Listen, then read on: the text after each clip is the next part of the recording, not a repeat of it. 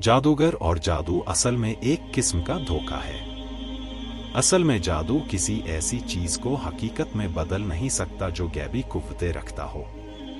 अब ये बात मैं वाज़ेह करूंगा, गलत मत समझना।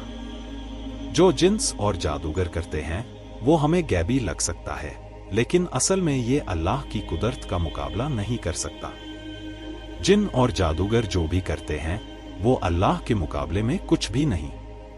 जब हम जिन्स और जादू की असल को समझ लेते हैं तो हम उनसे डरना छोड़ देते हैं। इस सबक का एक मकसद ये है कि जब आप ये सब कुछ समझ जाएंगे तो आपका डर दूर हो जाएगा और आप इन चीज़ों से इतना नहीं डरेंगे, बल्कि ये एक फितरी खौफ बन जाएगा, बिल्कुल ऐसे जैसे आप किसी सांप या दूसरे जानवर से डरते हैं।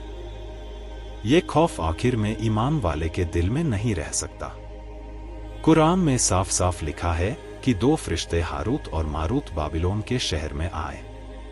ये दोनों फरिश्ते इंसानों को जादू का इल्म सिखाने आए थे, मगर इन्होंने पहले से आगाह कर दिया था कि ये एक आजमाइश है और इसको सीखने से कुफ्र होता है।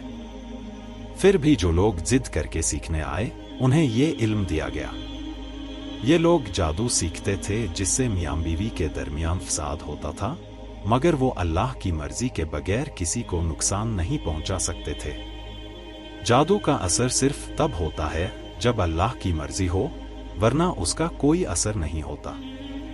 ये इल्म इंसान के लिए सिर्फ नुकसान ही देता है और इसका कोई फायदा नहीं है। अल्लाह के फरिश्तों ने इंसानों को आगाह किया था कि ये इल्म सीखकर आपका आखिरत में कोई हिस्सा नहीं रहेगा, यानी कि दुनिया का माल लेने के लिए आखिरत का सौदागर बनना पड़ा। हारूत और मारूत इंसानों के लिए एक इम्तिहान थे और जो लोग ये इल्म सीखते थे वो सबसे पहले जादूगर बन गए।